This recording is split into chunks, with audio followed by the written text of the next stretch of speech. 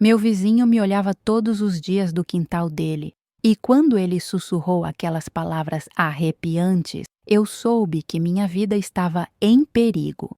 Mas foi minha mãe quem percebeu tudo antes que fosse tarde demais. Antes de começar, deixe seu like neste vídeo, se inscreva no canal e me conte nos comentários de qual cidade você está assistindo. Seu apoio significa tudo para mim.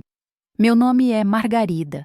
Tenho 62 anos hoje e posso dizer com toda certeza que existe uma diferença enorme entre estar viva e realmente viver.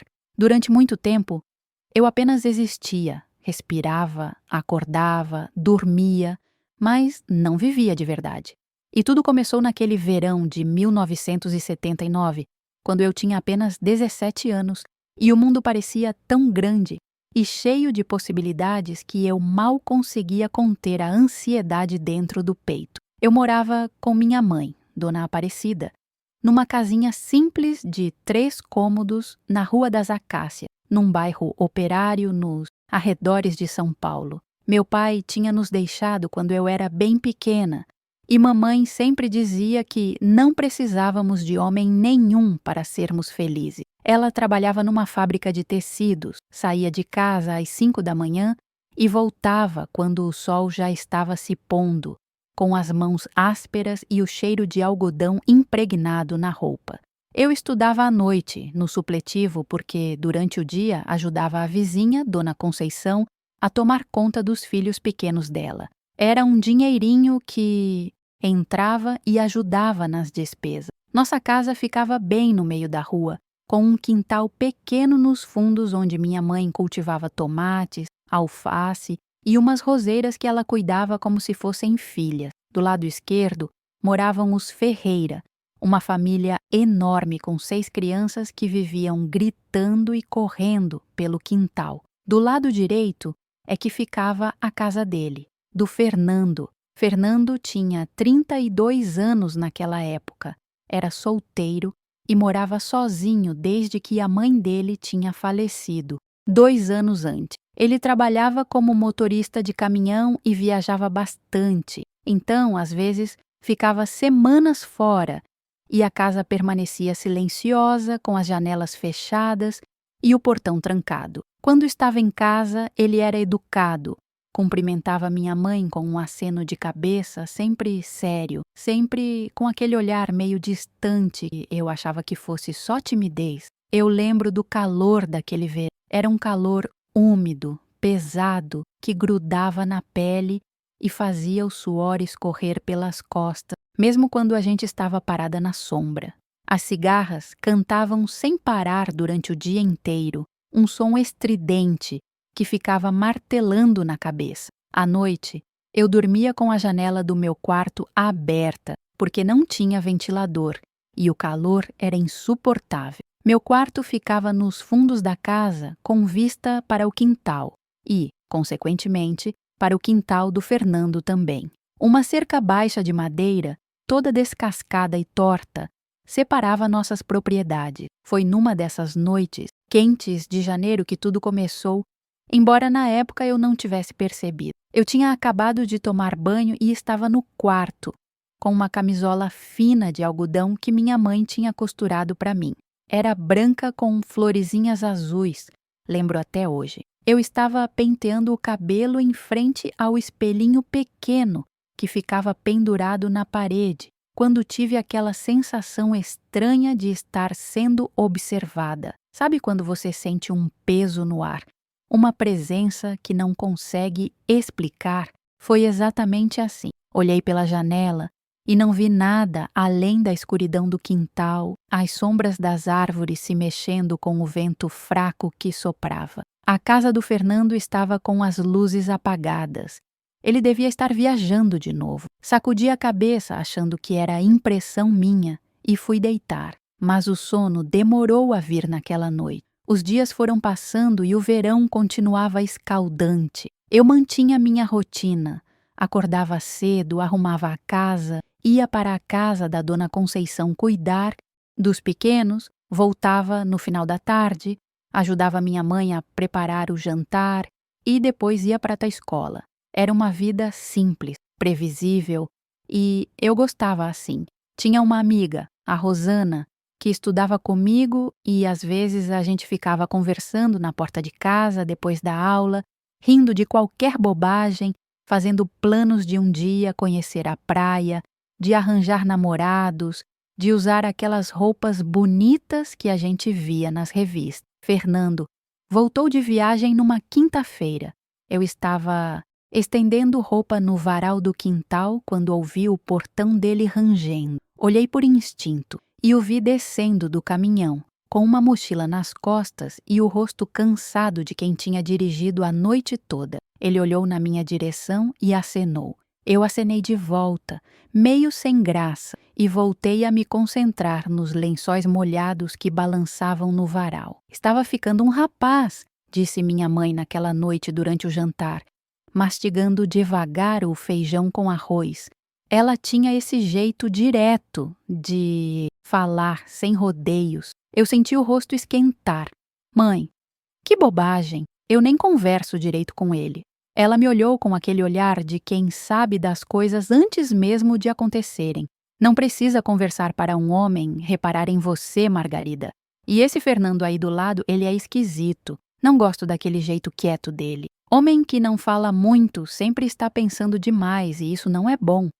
Na época eu achei que minha mãe estava exagerando, sendo super protetora como sempre era. Mas ela tinha aquela intuição aguçada que só as mães têm, aquele sexto sentido para o perigo. Se eu tivesse dado ouvidos a ela desde o início, talvez as coisas não tivessem chegado aonde chegaram. Algumas noites depois, a sensação de ser observada voltou. Dessa vez foi mais forte, mais presente. Eu estava lendo um livro que a professora tinha emprestado. Estava deitada na cama com a luz do abajur acesa e, de repente, aquele arrepio subiu pela minha espinha. Levantei os olhos do livro e olhei para a janela. O quintal estava mergulhado na escuridão, mas dessa vez eu vi algo que me fez gelar.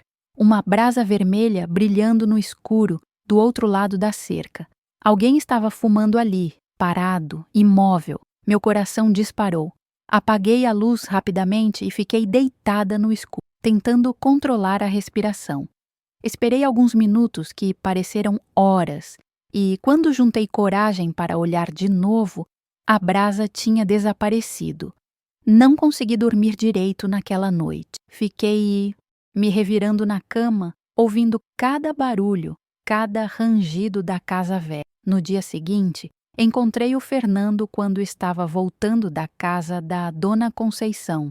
Ele estava regando umas plantas no quintal da frente com a mangueira na mão e, quando me viu se aproximando, desligou a água e veio até a cerca que separava nossas casas. "Oi, Margarida", ele disse, e sua voz era mais grave do que eu lembrava. "Como você está?"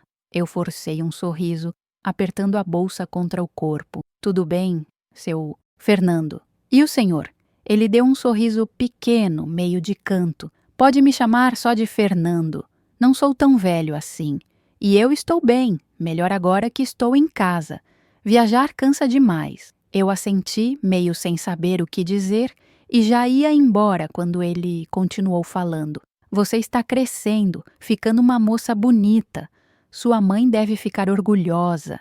O jeito como ele disse isso, o tom da voz, fez algo se revirar no meu estômago. Não era exatamente um elogio inapropriado, mas tinha alguma coisa ali, uma intensidade que me deixou desconfortável. Agradeci rapidamente e entrei em casa, fechando o portão atrás de mim com mais força do que o necessário. As semanas foram passando e eu comecei a reparar em pequenos detalhes que antes não tinha notado.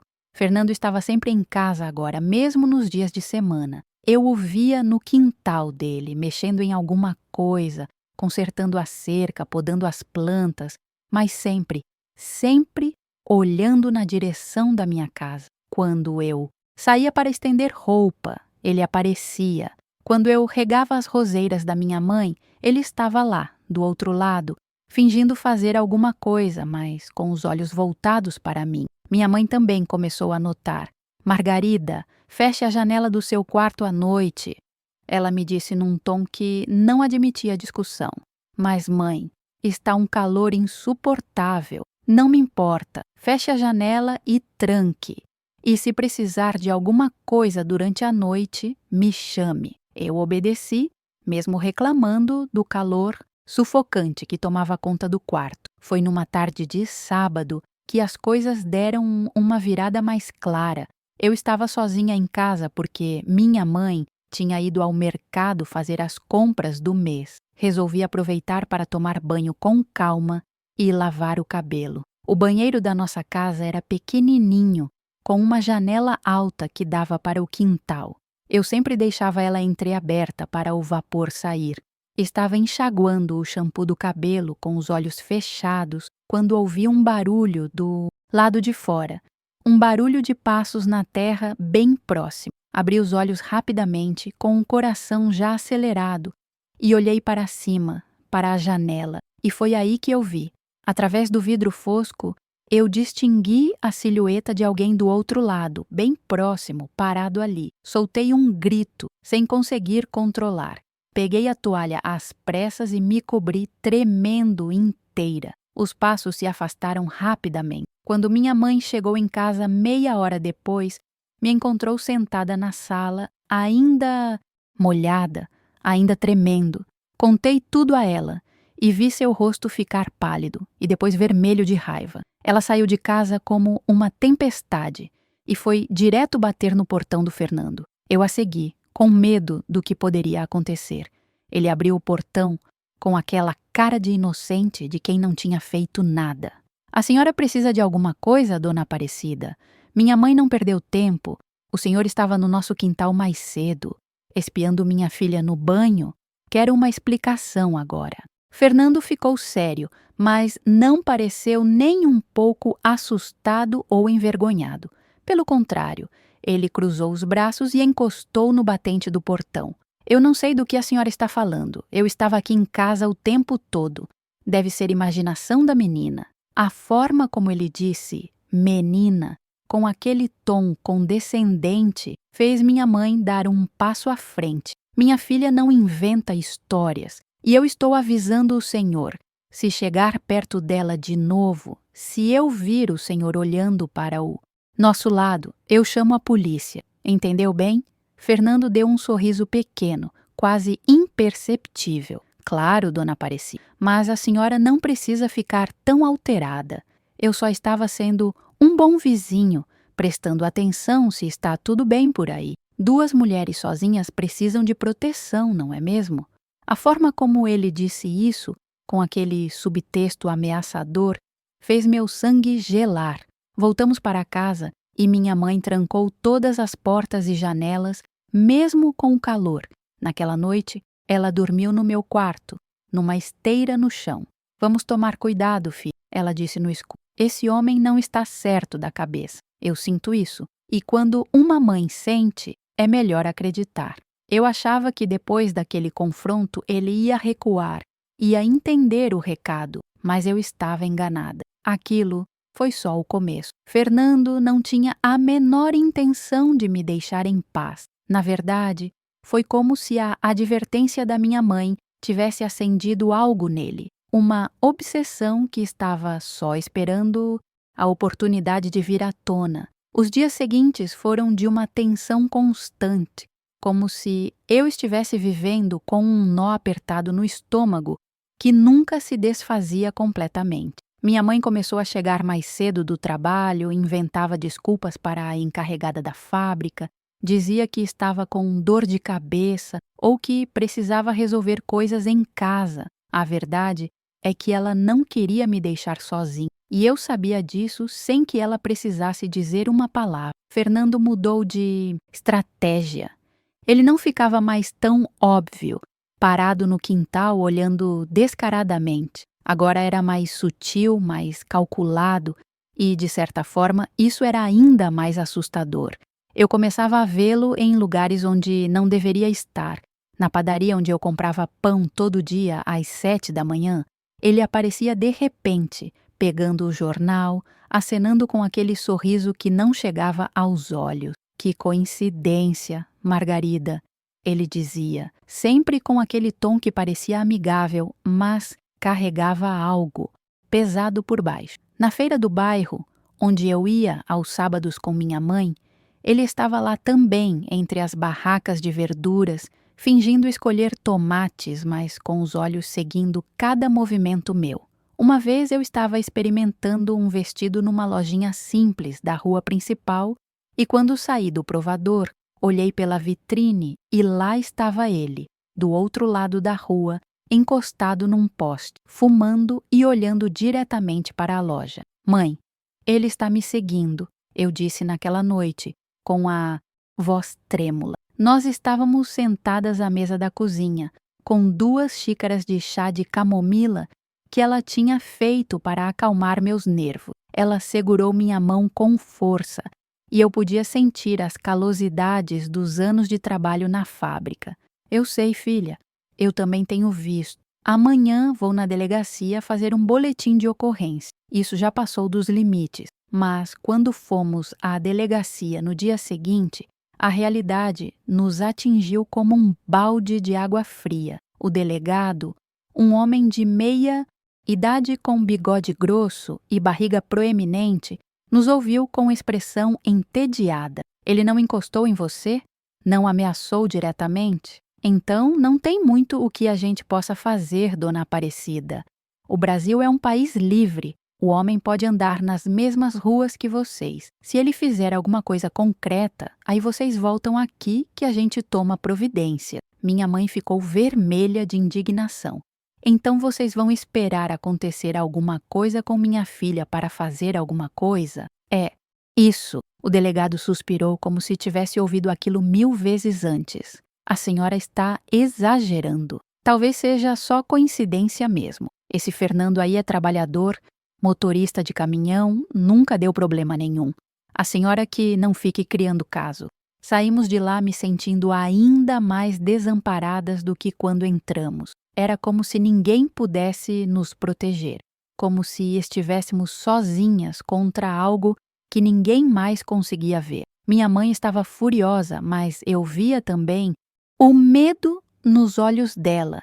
Aquele medo de mãe que sabe que existe um perigo real, mas não tem como neutralizá-lo. Foi mais ou menos nessa época que as cartas começaram. A primeira apareceu embaixo da nossa porta numa manhã de terça-feira. Eu a encontrei quando fui varrer a sala. Um envelope branco sem remetente, só com meu nome escrito à mão numa letra caprichada, quase infantil. Abri sem pensar muito e dentro havia uma única folha de papel com uma mensagem curta. Você é linda quando acorda. Gosto de ver seu cabelo solto caindo pelas costas. Um dia você vai entender que nós fomos feitos um para o outro. Minhas mãos começaram a tremer tanto que a carta caiu no chão. Chamei minha mãe, que estava se arrumando para o trabalho, e ela leu a mensagem com o rosto ficando cada vez mais pálido. É ele, só pode ser ele. Essa desgraça não vai parar até que a gente faça alguma coisa. Ela guardou a carta, disse que ia mostrar para alguém, para alguma autoridade que realmente fizesse alguma coisa. Mas as cartas continuaram. A segunda veio 3 dias depois, essa mais longa, mais perturbadora. Eu sei tudo sobre você, Margarida. Sei que você gosta de ler antes de dormir, sei que você tem medo do escuro, sei que você sonha em conhecer o mar. Eu posso te levar lá, posso te dar tudo o que você merece. Só precisa parar de resistir e aceitar que você é minha. Cada palavra era como uma invasão, como se ele tivesse entrado na minha cabeça, nos meus pensamentos mais íntimos. Como ele sabia dessas coisas? Como ele sabia que eu tinha medo do escuro, que eu sonhava em conhecer o mar? Era como se ele tivesse vasculhado minha vida inteira, cada pedacinho dela. Minha mãe tomou uma decisão drástica. Vamos colocar grades nas janelas, todas elas, e vamos arranjar um cachorro grande, daqueles que latem para qualquer movimento. Gastamos um dinheiro que não tínhamos para instalar grades de ferro em todas as janelas da casa. Era como viver numa prisão, mas pelo menos eu conseguia respirar um pouco melhor, sabendo que ele não podia mais chegar tão perto. O cachorro chegou numa sexta-feira. Era um vira-lata enorme, preto com manchas marrons, que um conhecido da fábrica estava doando. Demos o nome de Rex para ele, e desde o primeiro dia ele se mostrou um guardião feroz. Latia para qualquer barulho estranho, ficava no quintal a noite inteira, atento. Eu comecei a dormir melhor, embalada pelos latidos ocasionais que me faziam sentir protegida. Mas Fernando não desistiu. Ele só ficou mais criativo, mais obsessivo. Começaram a aparecer presentes na nossa porta. Uma rosa vermelha numa manhã, uma caixinha de bombons em outra, um ursinho de pelúcia com um laço vermelho no pescoço. Minha mãe jogava tudo no lixo imediatamente, como se fossem objetos contaminados, perigosos. Numa noite, eu acordei com o Rex latindo furiosamente. Eram quase 3 da manhã e a casa estava mergulhada naquela escuridão pesada da madrugada. Minha mãe também acordou e nós duas ficamos paralisadas na cama, ouvindo. O cachorro estava enlouquecido, latindo sem parar, correndo de um lado para o outro do quintal. Então, ouvimos o barulho de algo batendo contra a cerca de madeira, um baque surdo seguido de uma maldição abafada. Minha mãe levantou com uma coragem que eu não sabia que ela tinha e acendeu todas as luzes da casa de uma vez. "Vou chamar a polícia", ela gritou bem alto para quem quer que estivesse lá fora ouvir.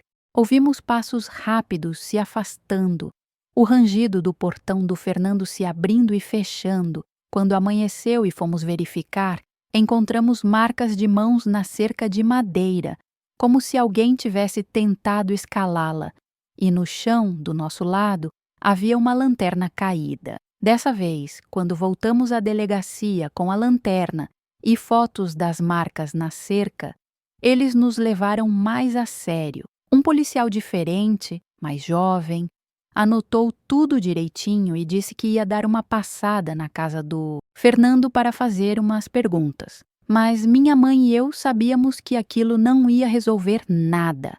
Ele era esperto demais, cuidadoso demais. Nunca ia admitir nada, nunca ia deixar provas concretas. E estávamos certas. O policial voltou no dia seguinte dizendo que tinha conversado com Fernando, que ele tinha negado tudo.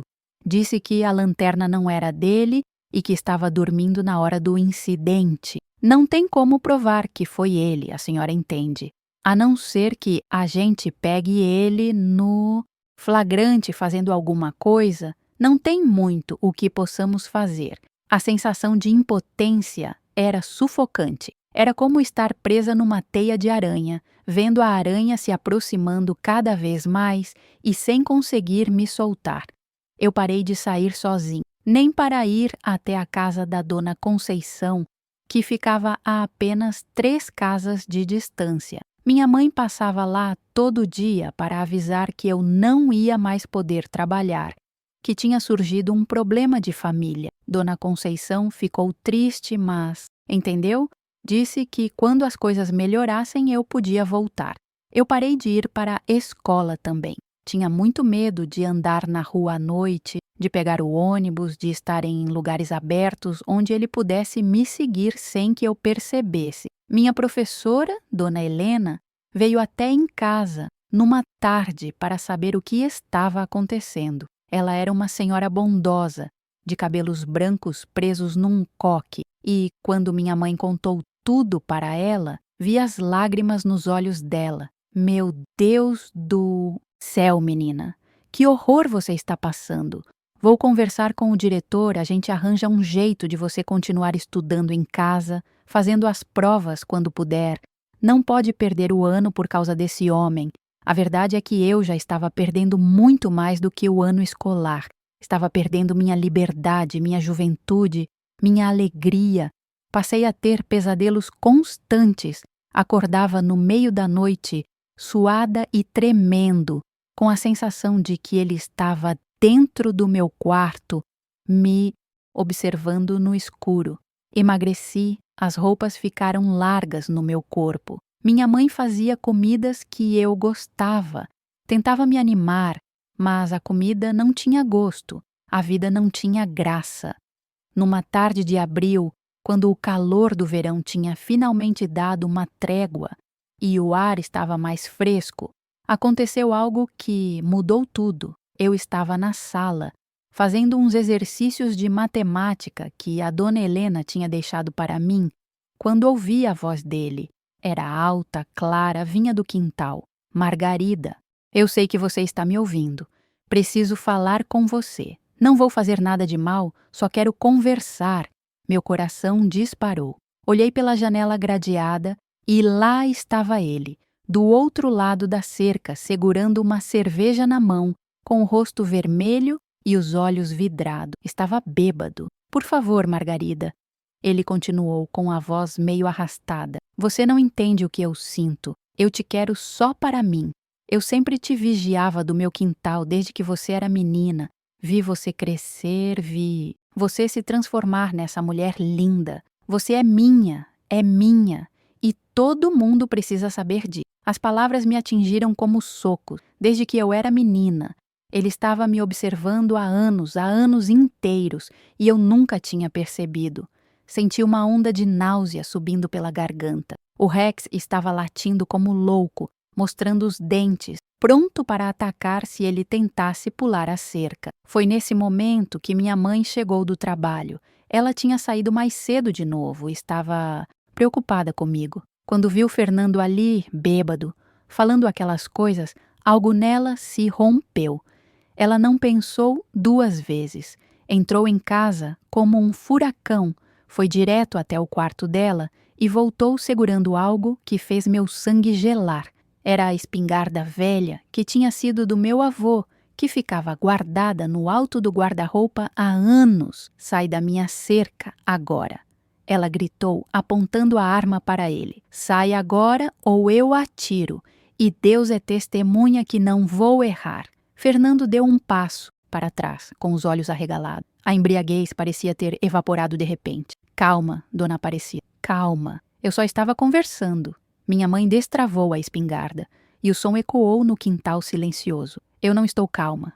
Eu estou cansada. Cansada de você aterrorizar minha filha. Cansada de viver com medo. Ou você sai daqui agora e para com essa perseguição, ou eu resolvo isso do meu jeito. Ele foi embora. Cambaleou até a casa dele e sumiu porta adentro. Minha mãe ficou ali, parada por mais alguns minutos, com a espingarda ainda nas mãos, tremendo da cabeça aos pés. Quando finalmente entrou em casa, ela se sentou na cadeira da cozinha e começou a chorar, um choro baixo de quem estava segurando tudo a tempo demais. Eu abracei ela e nós ficamos ali, abraçadas, chorando juntas, sabendo que alguma coisa tinha se quebrado definitivamente naquele dia. Naquela noite, nem eu, nem minha mãe conseguimos dormir. Ficamos acordadas na sala, com todas as luzes acesas, a espingarda apoiada na parede ao lado da poltrona onde minha mãe se sentou. O Rex também estava agitado, circulando pelo quintal sem parar, rosnando para as sombras. Cada barulho da rua, cada carro que passava, cada latido distante nos fazia pular disso. Era como se estivéssemos esperando algo terrível acontecer, como se aquela ameaça da espingarda tivesse sido a gota d'água que faltava para algo explodir de vez. Quando o sol finalmente começou a nascer, pintando o céu de tons alaranjados e rosados, minha mãe se levantou com o rosto marcado pelo cansaço. Vou ligar para seu tio Joaquim, ela disse com voz rouca. A gente precisa sair daqui por um tempo, ir para o interior, ficar na casa dele até as coisas acalmarem. Meu tio Joaquim era irmão mais novo da minha mãe. Morava num sítio pequeno perto de Sorocaba, criava galinhas e plantava milho. Era um lugar tranquilo, longe de tudo, mas antes que ela pudesse fazer a ligação, aconteceu algo que mudou completamente o rumo daquela manhã. A Rosana, minha amiga da escola, apareceu na nossa porta. Ela estava pálida, com os olhos vermelhos de tanto chorar, e quando minha mãe abriu o portão, ela praticamente caiu para dentro de casa. Margarida, ela disse entre soluços, segurando meus braços com força. Você precisa saber de uma coisa, sobre o Fernando. Sentamos ela na sala e minha mãe trouxe um copo d'água. Rosana bebeu tudo de uma vez, tentando se acalmar, limpando as lágrimas com as costas da mão. Minha tia, ela começou, a voz tremendo. Ela morava na mesma rua que o Fernando uns 15 anos atrás, antes dele se mudar para cá. Eu nunca tinha te contado isso porque nem sabia que era o mesmo homem, mas ontem minha mãe estava comentando sobre um vizinho problemático de vocês e descreveu ele. Foi aí que tudo se encaixou. Ela respirou fundo antes de continuar. A filha da minha tia, a Silvia, ela tinha 16 anos quando aconteceu. O Fernando ficou obcecado por ela, do mesmo jeito que está com você. Seguia ela, deixava presentes, ficava olhando pela janela. Um dia, a Silvia estava voltando da escola e ele a agarrou num beco. Tentou arrastar ela para dentro do carro dele. Ela gritou, conseguiu se soltar e correr. Fizeram um boletim de ocorrência, tudo certinho. Mas sabe o que aconteceu? Nada. Absolutamente nada. Ele disse que foi tudo mal entendido, que só estava oferecendo carona. E como a Silvia conseguiu fugir antes que ele fizesse algo pior, a polícia não deu importância. Senti o sangue congelar nas minhas veias. Minha mãe estava branca como papel. E o que aconteceu com ela? Com a Silvia? Rosana limpou outra lágrima que escorria pelo rosto. A família dela teve que se mudar. Foram embora para São José dos Campos, morar com um parente. A Silvia ficou traumatizada, teve que fazer tratamento com psicólogo. Até hoje ela não consegue andar sozinha na rua. Minha tia disse que foi a pior coisa que já aconteceu na vida deles. E o Fernando ficou lá, tranquilo, como se nada tivesse acontecido, até que se mudou para cá, uns meses depois. Aquela revelação foi como levar um tapa na cara. Não era a primeira vez. Eu não era a primeira. Ele tinha feito isso antes, tinha destruído a vida de outra menina, de outra família, e tinha saído impune. E agora estava fazendo a mesma coisa comigo. Minha mãe se levantou tão rápido que a cadeira quase caiu. A gente vai embora hoje mesmo. Eu não vou esperar ele fazer com você o que fez com essa menina. Pega suas coisas, Margarida, só o essencial. A gente vai para o sítio do seu tio e não volta enquanto não tivermos certeza de que é seguro.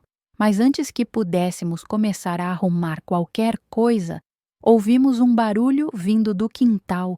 Era diferente dos barulhos normais, algo pesado caindo, seguido pelo gemido do Rex. Meu coração disparou.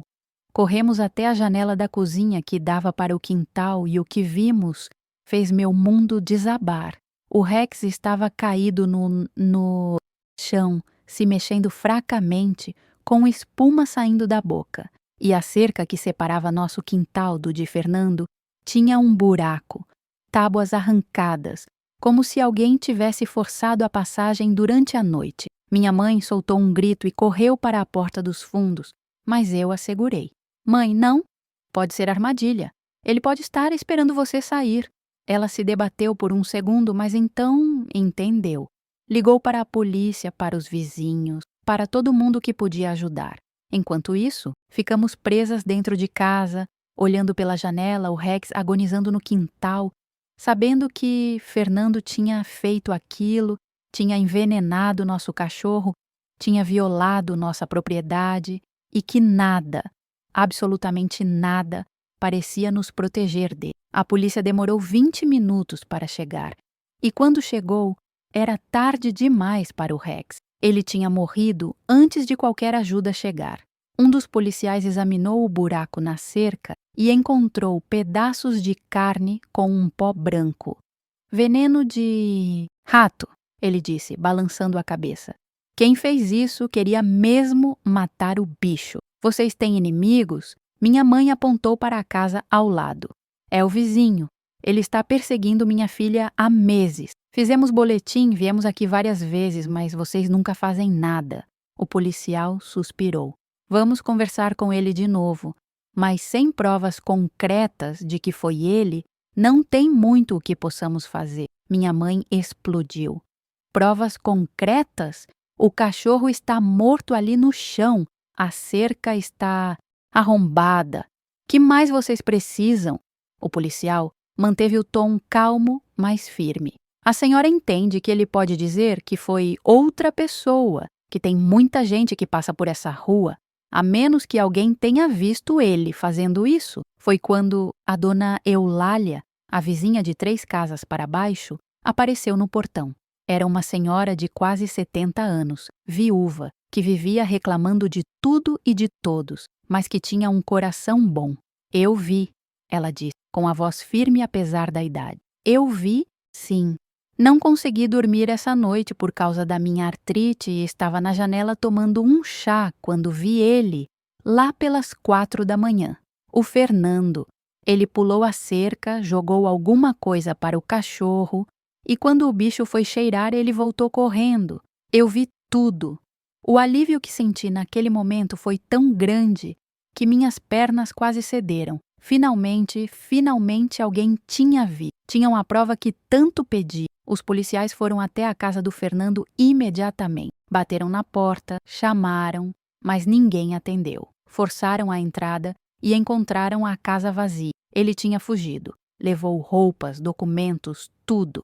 A cama estava desarrumada, havia garrafas de cerveja vazias espalhadas pela sala e na mesinha de centro encontraram algo que fez até os policiais ficarem perturbados. Era uma caixa de sapatos cheia de fotos minhas, centenas delas. Me pegaram na rua, na escola, no quintal, na janela do meu quarto. Algumas eram de quando eu tinha 13, 14 anos, ainda criança. Ele realmente me observava há anos, documentando cada momento, cada ângulo, como se eu fosse uma propriedade dele que ele estava catalogando. Havia também recortes de jornal sobre casos de perseguição, anotações num caderno sobre minha rotina, horários de quando eu saía e voltava, descrições detalhadas das roupas que eu usava. Era um arquivo completo da minha vida visto através dos olhos de um obsessivo.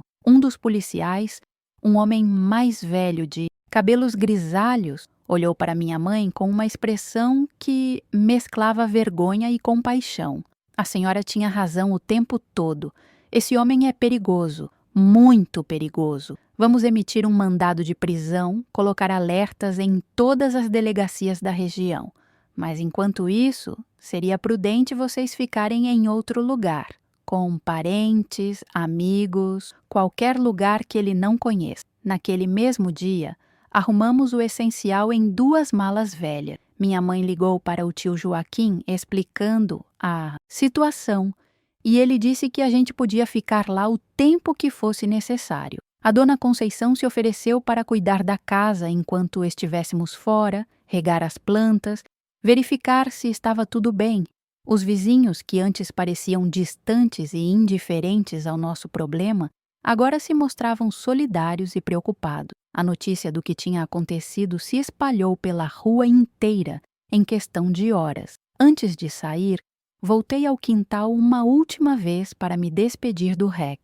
Minha mãe tinha pedido para uns vizinhos ajudarem a enterrá-lo ali mesmo, embaixo da mangueira que dava sombra no verão. Ajoelhei ao lado do pequeno monte de terra fresca e deixei as lágrimas caírem livremente. Ele tinha tentado nos proteger, tinha dado a vida tentando nos manter seguras e agora estava ali, enterrado no quintal que deveria ser nosso refúgio, nossa casa, nosso lugar seguro no mundo. Quando o táxi chegou para nos levar até a rodoviária, olhei para trás uma última vez. A casa onde eu tinha crescido, onde tinha sido feliz, onde tinha sonhado com o futuro, agora parecia um lugar estranho, contaminado pelo medo e pela violação.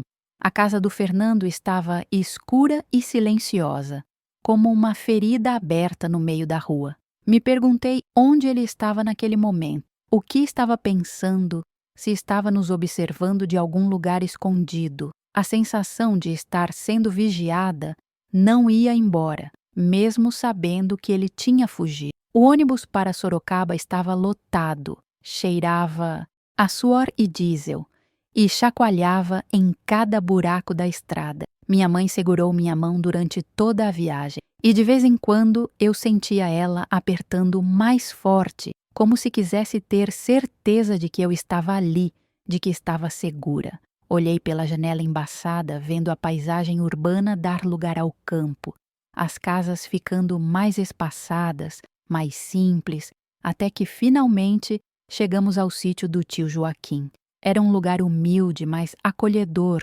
com uma casa de madeira pintada de branco, um galinheiro barulhento nos fundos e um pomar com árvores frutíferas. Tio Joaquim nos recebeu com um abraço apertado e os olhos marejados. "Vocês estão seguras aqui", ele disse com a voz embargada. "Ninguém vai machucar vocês enquanto eu estiver vivo. Pode acreditar nisso. Nos primeiros dias no sítio, eu pulava com qualquer barulho. O canto dos galos de madrugada me fazia acordar sobressaltada, com o coração disparado, achando que era ele chegando.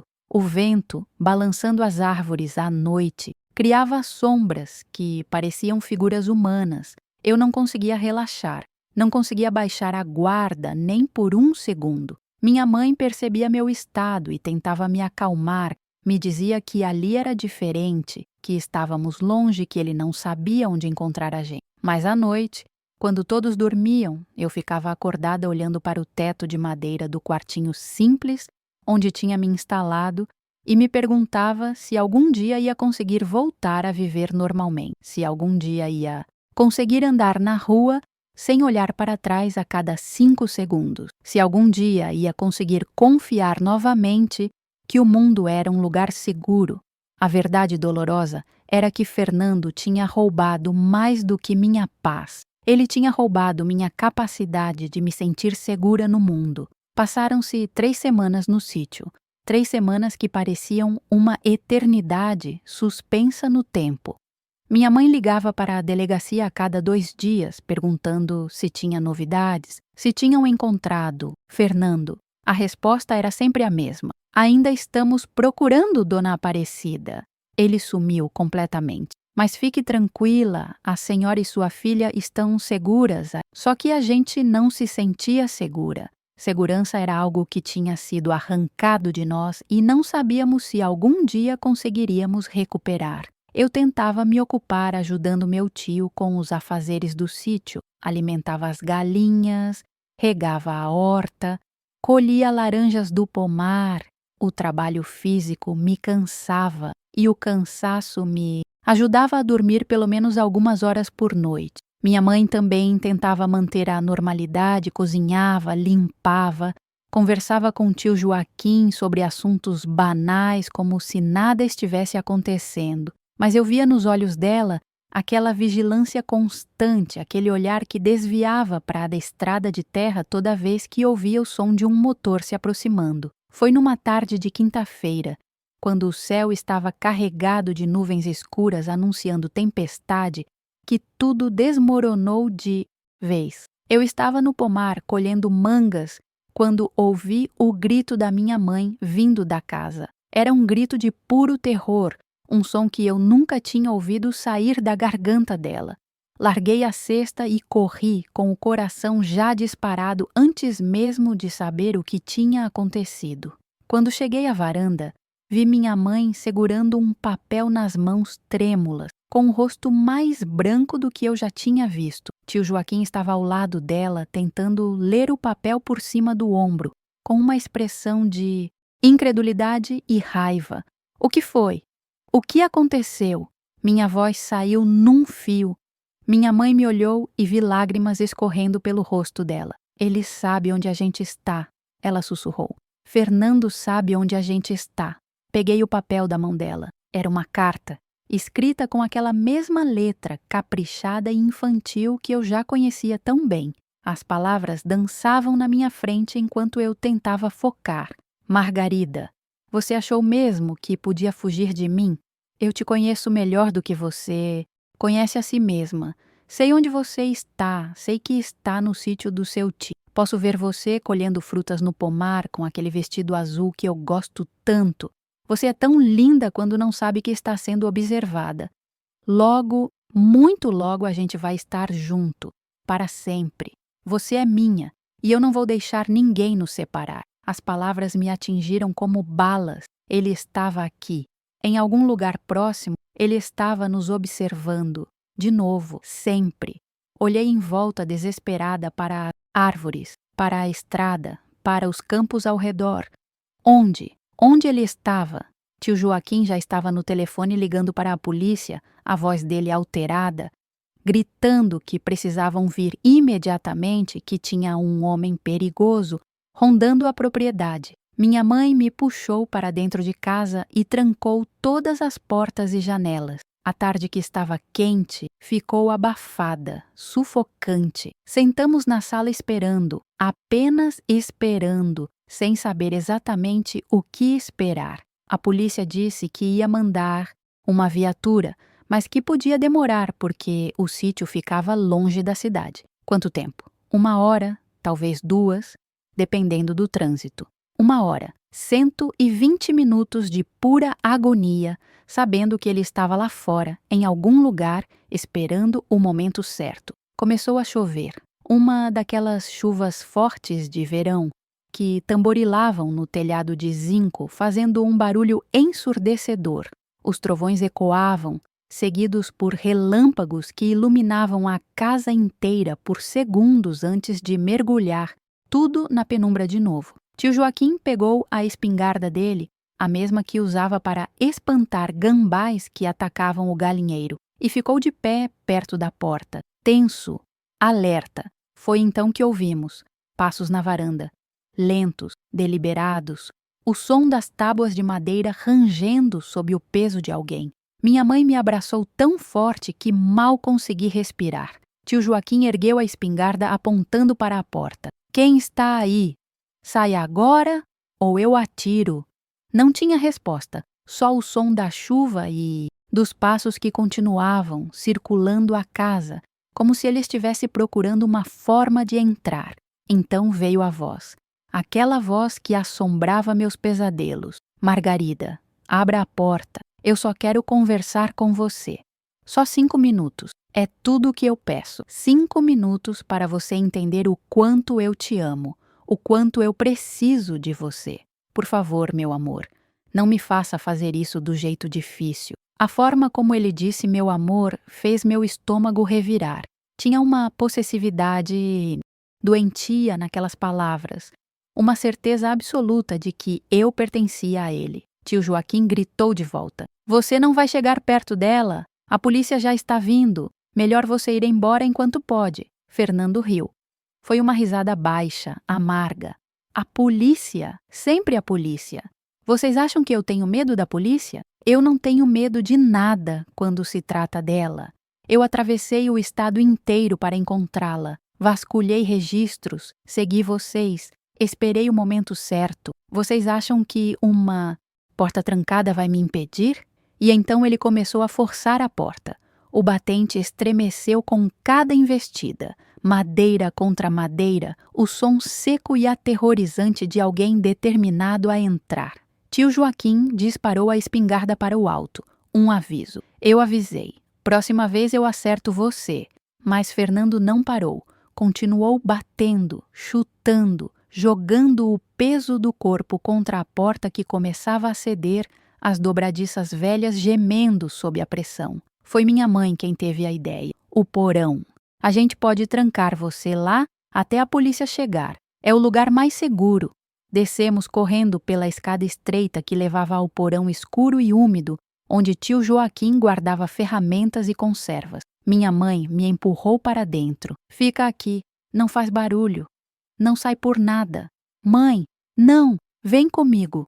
Ela balançou a cabeça com os olhos cheios de lágrimas, mas também de uma determinação feroz. Eu preciso ficar lá em cima. Preciso ajudar seu tio. Vou trancar aqui e levar a chave. Você Vai ficar bem, minha filha. Eu prometo. Antes que eu pudesse protestar, ela fechou a porta e ouvi a chave girando na fechadura. Fiquei ali no escuro absoluto, com cheiro de mofo e terra, ouvindo os sons abafados que vinham lá de cima. A porta finalmente cedeu.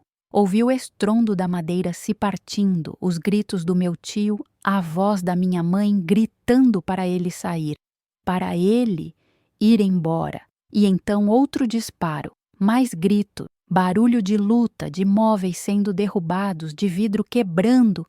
Eu estava encolhida num canto, com as mãos sobre os ouvidos tentando bloquear os sons, mas eles penetravam, invadiam minha mente, criavam imagens terríveis do que poderia estar acontecendo lá em cima.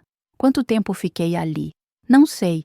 Pode ter sido 10 minutos ou 1 hora. O tempo perdeu significado naquela escuridão sufocante onde cada segundo era uma eternidade de terror puro. Até que finalmente ouvi sirenes, o som mais bonito que já tinha ouvido na vida. Sirenes de polícia ficando cada vez mais próximas, cada vez mais altas. E então vozes, muitas vozes, gritando para alguém soltar a arma, para se jogar no chão, para não fazer nenhum movimento brusco. Um último disparo, silêncio. E depois passos descendo a escada do porão, a chave girando na fechadura, a porta se abrindo e a luz da lanterna me cegando. Era minha mãe. Ela estava viva, estava de pé, mas tinha sangue na blusa. Meu Deus, mãe! Ela me abraçou antes que eu pudesse entrar em pânico. Não é meu, filha. Não é meu. Está tudo bem agora. Está tudo acabado. Subimos juntas, com minhas pernas tremendo tanto que mal conseguia subir os degraus. Lá em cima, a cena era de destruição. A porta arrancada das dobradiças, móveis tombados, cacos de vidro espalhados pelo chão. E no meio da sala, Fernando estava deitado de bruços, com as mãos algemadas nas costas. 2 policiais o seguravam enquanto um terceiro aplicava os primeiros socorros num ferimento no ombro dele. Tio Joaquim estava sentado numa cadeira, também sendo atendido por um policial. Tinha um corte feio na testa, sangue escorrendo pelo rosto, mas estava consciente, estava bem. Quando me viu, seus olhos se encheram de alívio. Graças a Deus, Margarida! Graças a Deus! Você está bem.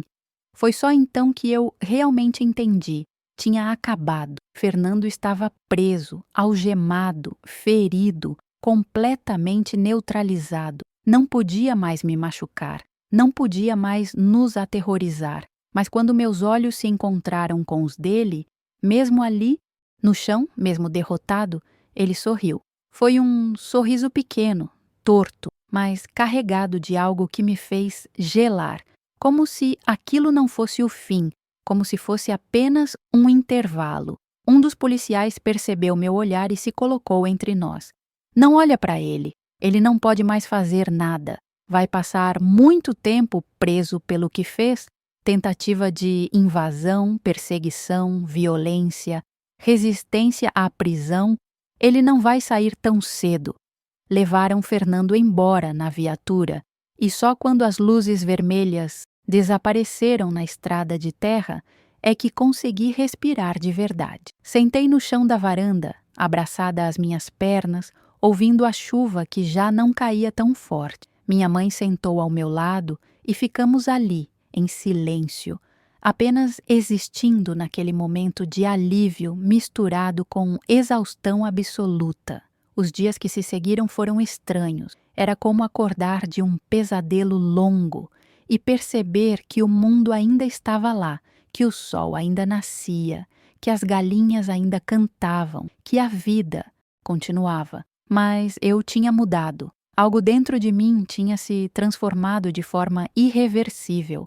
Não era mais aquela menina de 17 anos que sonhava com o futuro de forma inocente. Agora eu conhecia o lado escuro que podia existir nas pessoas, a obsessão que podia consumir alguém até transformá-lo em monstro. Ficamos mais 2 semanas no sítio, enquanto a casa na cidade era reparada e limpa. Quando finalmente voltamos, A rua inteira nos recebeu com uma solidariedade que eu não esperava. Dona Conceição tinha cuidado das roseiras da minha mãe como se fossem suas. Os Ferreira tinham pintado nossa cerca de novo. Dona Eulália vinha todo dia trazer comida, dizendo que a gente precisava recuperar as forças. A casa do Fernando foi lacrada pela polícia e meses depois soubemos que tinha sido vendida para uma família jovem, com 2 filhos pequenos que não sabiam da história sombria daquele lugar. O julgamento de Fernando aconteceu quase 1 ano depois. Eu tive que depor, tive que olhar para ele de novo, sentado ali no tribunal com o uniforme laranja de presidiário, com aquele olhar ainda carregado de obsessão. Mas dessa vez eu não tremi. Olhei nos olhos dele e contei tudo. Cada carta, cada presente não solicitado, cada vez que me senti vigiada, cada noite de terror. Minha voz não falhou. Minha mãe também depôs, e tio Joaquim, e dona Eulália, e até conseguiram localizar a Sílvia, a menina que ele tinha perseguido antes, que veio de São José dos Campos para contar sua história. Fernando foi condenado a 12 anos de prisão. Quando a sentença foi lida, senti um peso enorme sair dos meus ombros. Não era justiça plena, não apagava o que tinha acontecido, mas era alguma coisa. Era um reconhecimento de que o que ele fez foi errado, foi criminoso, foi inaceitável. Voltei a estudar. Terminei o supletivo e, com muito esforço e o apoio da minha mãe, consegui entrar numa faculdade de pedagogia. Descobri que queria trabalhar com crianças. Queria proteger os pequenos da forma que eu gostaria de ter sido protegida. Formei-me aos 23 anos e comecei a dar aulas numa escola municipal. Foi nesse período que conheci o Roberto, um professor de história que tinha um sorriso gentil e olhos bondosos. Ele foi paciente comigo. Entendeu meus medos, meus momentos de pânico quando alguém me olhava por muito tempo, minha necessidade de sempre saber onde estavam as saídas de qualquer lugar. Nos casamos 5 anos depois e construímos uma vida simples, mas cheia de amor. Tivemos 2 filhos, o Marcos e a Juliana, e criei eles ensinando sobre limites, sobre respeito, sobre a importância de ouvir aquele desconforto no estômago quando algo não está certo. Minha mãe morou conosco até o fim da vida dela, aos 83 anos. Ela foi minha heroína, minha protetora, a mulher que não hesitou em pegar uma arma para defender sua filha quando ninguém mais nos ouvia. Fernando saiu da prisão depois de 9 anos por bom comportamento. Eu soube porque eles são obrigados a notificar as vítimas. Senti aquele frio na espinha de novo, aquele medo antigo querendo ressurgir. Mas dessa vez era diferente. Eu não era mais aquela menina assustada. Era uma mulher de 27 anos, casada, mãe, professora, dona da própria vida. Aumentamos a segurança da casa, avisei a escola, a polícia, todos que precisavam saber. Mas ele nunca apareceu. Soube anos depois, por acaso, que ele tinha se mudado para outro estado e morreu num acidente de carro aos 52 anos. Hoje, aos 62 anos, olho para trás e vejo quanto caminhei. As cicatrizes ainda estão lá, algumas visíveis, outras não. Ainda tenho dias difíceis, ainda acordo de vez em quando com pesadelo. Mas aprendi que sobreviver não é apenas estar viva, é reconstruir, é escolher continuar mesmo quando o medo tenta te paralisar, é encontrar alegria nos pequenos momentos, é amar e ser amada de forma saudável e respeitosa. Se você está passando por algo parecido, se alguém está te fazendo sentir medo, se está sendo perseguida ou vigiada, eu quero que saiba, não é culpa sua. Nunca foi. Você não fez nada para merecer isso. E existe saída, existe ajuda, existe vida do outro lado do terror. Confie na sua intuição. Se algo parece errado, provavelmente está errado. Conte para alguém, insista, grite se for preciso, Mas não desista de você mesma. E para as mães que estão ouvindo, para as que sentem aquele aperto no peito quando algo não parece certo com seus filhos, confiem no instinto de vocês. Minha mãe me salvou porque ela prestou atenção, porque ela acreditou em mim quando até a polícia duvidava, porque ela não teve medo de parecer exagerada ou paranoica. Às vezes, ser superprotetora é exatamente o que nossos filhos precisam. A vida continua. As feridas cicatrizam, mesmo que as marcas permaneçam. Hoje, eu tenho netos, tenho uma casa cheia de amor e risadas, tenho amigos e memórias boas que superam em número as ruins. Fernando roubou meses da minha vida, mas não roubou minha vida inteira. Eu não permiti. E essa, no final, foi minha maior vitória. Seguir vivendo, seguir amando, seguir sendo eu mesma, apesar de tudo. Porque a verdadeira força não está em não ter medo, está em ter medo e escolher viver mesmo assim.